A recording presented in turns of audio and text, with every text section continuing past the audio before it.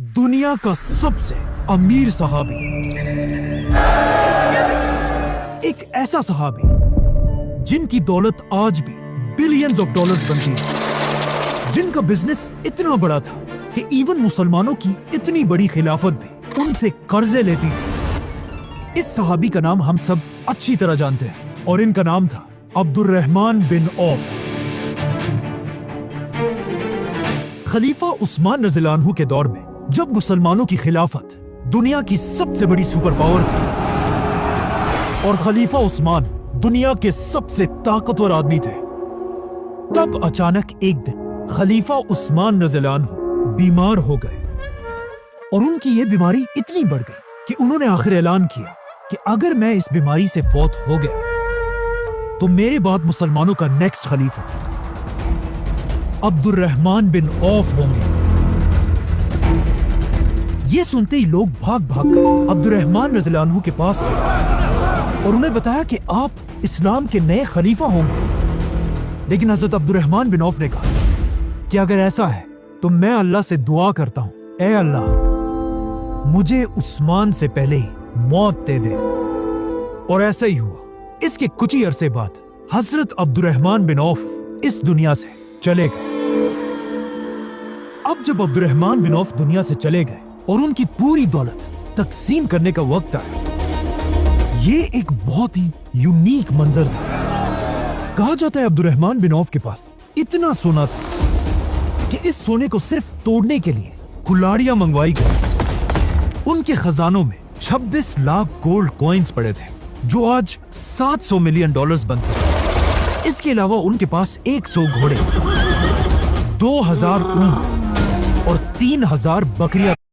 यहाँ हर दवा आपको मिल जाएगी डायरेक्टली मैन्युफैक्चरर से, बिल्कुल वही 100।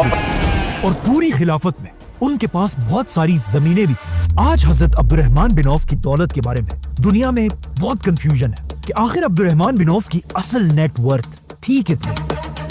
कुछ लोग कहते हैं आज के जमाने में उनकी दौलत 60 बिलियन डॉलर्स थी, कुछ लोग कहते हैं 600 बिलियन डॉलर्स, और कुछ लोग ये भी कहते हैं कि उनकी दौलत 1 ट्रिलियन डॉलर से भी ज्यादा थी। लेकिन असल में अब्दुर्रहमान बिन औफ की दौलत का अंदाजा इस बात से लगाया जा सकता है कि अब्दुर्रहमान बिन औफ से 500 साल पहले दुनिया का सबसे अमीर इंसान रोमन एम्पायर का मार्कस क्रेसस था, जिसके पास रोम में सबसे ज्यादा जमीनें थी और उसके सिर्फ पर्सनल 500 गुलाम थे। मतलब वो दुनिया का सबसे अमीर आदमी था।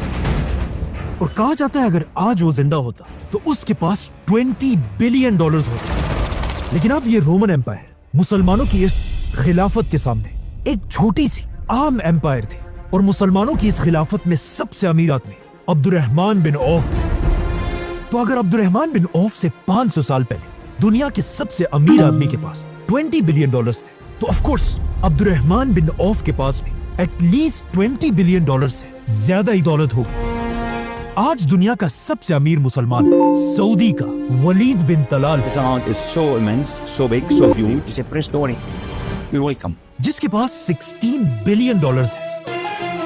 मतलब अगर आज भी अब्दुर्रहमान बिन औफ दुनिया में होते तो वो आज के जमाने में भी दुनिया के सबसे अमीर मुसलमान होते। लेकिन अब क्वेश्चन ये है, आखिर अब्दुर्रहमान बिन औफ के पास इतनी दौलत आई कहां से?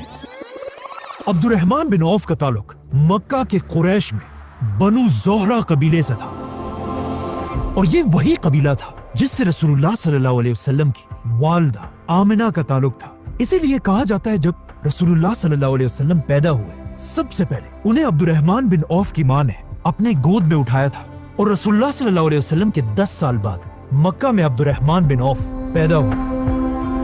अब्दुर्रहमान बिन औफ के वालिद मक्का के सबसे अमीर लोगों में से एक थे, जिनका लेदर और परफ्यूम्स का बिजनेस पूरे अरब में फैला हुआ था, जिसके लिए वो कुरैश के साथ सर्दियों में यमन और गर्मियों में शाम जाते थे, जिसका जिक्र कुरान की सूरह कुरैश में भी है। लेकिन इन्हीं में से एक बार जब अब्दुर्रहमान बिन औफ के वालिद अपने दोस्तों के साथ एक सफर पर जा रहे थे, अरब के एक बदमाश कबीले ने उन पर हमला करके उन्हें और उनके दोस्त को मार डाला। और उनके ये दोस्त खालिद बिन वलीद के चचा थे। तो अब अपने बाप के मरने के बाद जवानी में ही अब्दुर्रहमान बिन औफ अपने पूरे कबीले के सरदार बने और मक्का में उनका सारा बिजनेस संभालने लगे। और अब अब्दुर्रहमान बिन औफ भी बिल्कुल अपने बाप की तरह बार बार यमन और शाम की तरफ बिजनेस के लिए आने जाने लगे। कहा जाता है एक बार जब अब्दुर्रहमान बिन औफ यमन में थे, वहां वो एक क्रिश्चियन आलिम के साथ मिले। उस क्रिश्चियन आलिम ने अब्दुर्रहमान बिन औफ से एक बहुत ही अजीब बात पूछी कि अब्दुर्रहमान, क्या तुम्हारे शहर मक्का में किसी ने अल्लाह का पैगंबर होने का ऐलान तो नहीं किया? जिस पर अब्दुर्रहमान बिन औफ ने कहा कि नहीं, ऐसा तो कुछ भी नहीं हुआ। और अब्दुर्रहमान बिन औफ वापस मक्का आ गए। अगले साल जब अब्दुर्रहमान बिन औफ वापस यमन गए, इस क्रिश्चियन स्कॉलर ने उनसे सेम सवाल किया। तो अब्दुर्रहमान बिन औफ ने उन्हें दोबारा कहा कि मक्का में कोई भी नबी नहीं आया। तो अगले साल सर्दियों में दोबारा इसी क्रिश्चियन आलिम ने अब्दुर्रहमान से सेम क्वेश्चन तीसरी बार पूछा। तो अब्दुर्रहमान बिन औफ ने फिर कहा कि ऐसा कुछ भी नहीं हुआ। तीसरी बार उस आलिम ने कहा कि नहीं, मेरे इल्म के मुताबिक मक्का में अल्लाह के नबी के आने का वक्त हो चुका है। तो अब जल्दी से वापस जाओ और इस नबी का दीन कबूल करो। और जब तुम इस नबी से मिलो तो उन्हें मेरा ये पैगाम जरूर पहुंचाना। इस क्रिश्चियन की बातें सुनकर अब्दुर्रहमान बिन औफ हैरान हो गए, लेकिन इसकी बातें बिल्कुल सही थी, क्योंकि इससे कुछ ही अरसा पहले मक्का के एक गार में अल्लाह ने अपना आखिरी नबी चुन लिया था। अब्दुर्रहमान बिन औफ सीधा वहां से मक्का की तरफ आए और ये सारी कहानी उन्होंने अपने दोस्त अबू बकर को सुनाई। जिसके बाद अबू बकर रज़ियल्लाहु अन्हु अब्दुर्रहमान बिन औफ को लेकर सीधा रसूलुल्लाह सल्लल्लाहु अलैहि वसल्लम के पास आए। जैसे ही रसूलुल्लाह सल्लल्लाहु अलैहि वसल्लम ने अब्दुर्रहमान बिन औफ को देखा, उन्होंने फरमाया, अब्दुर्रहमान, मुझे तुम्हारे चेहरे पर नूर नजर आ रहा है और जिस आदमी का पैगाम तुम मेरे लिए लाए हो वो मुझे सुना दो। अब्दुर्रहमान बिन औफ ये सुनकर हैरान रह गए और उन्हें समझ आ गई कि यही अल्लाह के सच्चे रसूल हैं। और इस तरह मक्का के सबसे अमीर लोगों में से एक अब्दुर्रहमान बिन औफ ने इस्लाम कबूल कर लिया। अब तक तो अब्दुर्रहमान बिन औफ मक्का के एक अमीर बिजनेसमैन थे, लेकिन इस्लाम कबूल करने के बाद ये सब कुछ बदलने वाला था, क्योंकि मक्का के बाकी सारे बड़े लोग रसूलुल्लाह सल्लल्लाहु अलैहि वसल्लम के खिलाफ हो चुके थे और इन नए मुसलमानों पर जुल्म करने लगे थे। आखिर हालात इतने खराब हुए कि रसूलुल्लाह सल्लल्लाहु अलैहि वसल्लम ने कुछ नए सहाबा को जमा किया और उन्हें कहा कि अब मक्का में रहना बहुत ही डेंजरस है। तुम सब मक्का को छोड़कर हबशा, इथियोपिया की तरफ चले जाओ, जहां एक नेक बादशाह निजाशी जरूर तुम्हारा ख्याल रखेगा। अब्दुर्रहमान बिन औफ भी इन नए मुसलमानों के साथ मक्का में अपना सब कुछ, सारा बिजनेस छोड़कर हबशा की तरफ चले गए और वहां जीरो से अपना नया बिजनेस बनाने लगे। काफी अरसा हबशा में रहने के बाद अब्दुर्रहमान बिन औफ वापस मक्का आए, जहां अब भी उनका बहुत बड़ा बिजनेस एस्टेब्लिश था।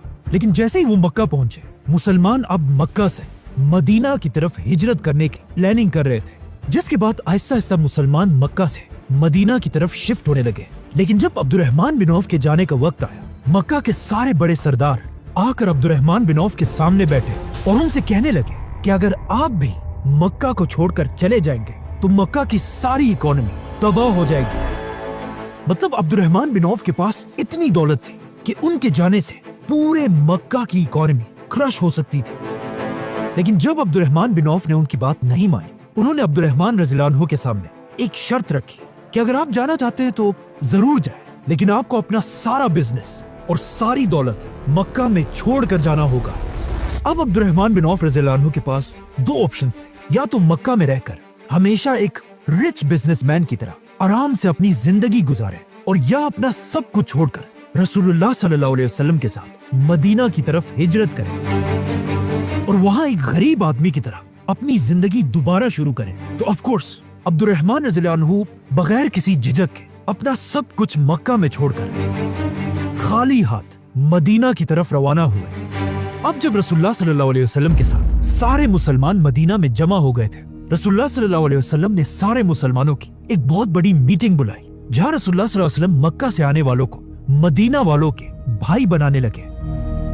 इसी तरह हर मुहाजिर को एक एक अंसारी का भाई बना दिया गया। लेकिन दो मुसलमानों को भाई बनाने से पहले आप सल्लल्लाहु अलैहि वसल्लम ये बात जरूर देखते थे कि जिस मुहाजिर का इससे पहले मक्का में जो स्टेटस था, अब उसे मदीना में भी सेम स्टेटस के अंसारी का भाई बना दिया जाता था। मतलब किसान को किसान के साथ और बिजनेसमैन को बिजनेसमैन के साथ। इसीलिए जब मक्का के सबसे अमीर सहाबी अब्दुर्रहमान बिन औफ को भाई बनाने का वक्त आया तो उनका भाई रसूलुल्लाह सल्लल्लाहु अलैहि वसल्लम ने मदीना का सबसे अमीर आदमी साद बिन रबी को बनाया। जैसे ही साद बिन रबिया अब्दुर्रहमान रज़ियल्लाहु अन्हु को अपने घर लेकर गए, हजरत साद ने अब्दुर्रहमान से कहा कि मैं मदीना के सबसे अमीर लोगों में से एक हूँ, लेकिन मेरी ये ख्वाहिश है कि मेरे पास जो कुछ भी है उसका आधा मैं आपको दे दूं। लेकिन अब्दुर्रहमान रज़ियल्लाहु अन्हु ने उन्हें जवाब दिया कि नहीं, अल्लाह आपके माल को और भी बढ़ाए, मैं बस आपसे सिर्फ एक ही चीज चाहता हूँ कि आप मुझे बाजार का रास्ता बताएं। तो वो अब्दुर्रहमान रज़ियल्लाहु अन्हु को मदीना के सबसे बड़े बाजार यहूदियों के बाजार लेकर गए, क्योंकि उस वक्त मदीना की सारी इकोनॉमी पर यहूदियों का कंट्रोल था और यहूदियों के सबसे बड़े बिजनेसमैन का नाम था अबू राफे।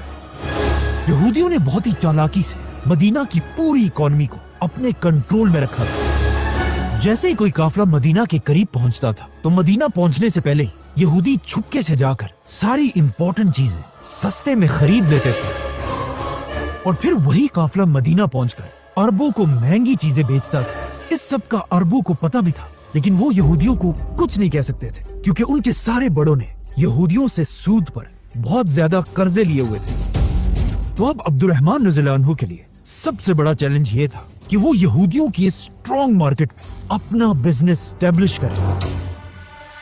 तो अपने पहले दिन अब्दुर्रहमान बिन औफ यहूदियों की इस मार्केट में इधर उधर फिरते रहे और गौर से इस मार्केट को स्टडी करने लगे और काफी स्टडी करने के बाद आखिर उन्हें समझ आ गई कि उन्हें कौन सा बिजनेस करना है। उन्हें समझ आ गई कि यहूदियों की इस मार्केट में उन्होंने पैसा कैसे बनाना है। लेकिन अब मसला यह था कि अब्दुर्रहमान बिन औफ रज़ियल्लाहु अन्हु के पास अपना बिजनेस स्टार्ट करने के लिए 1 रुपया भी नहीं था।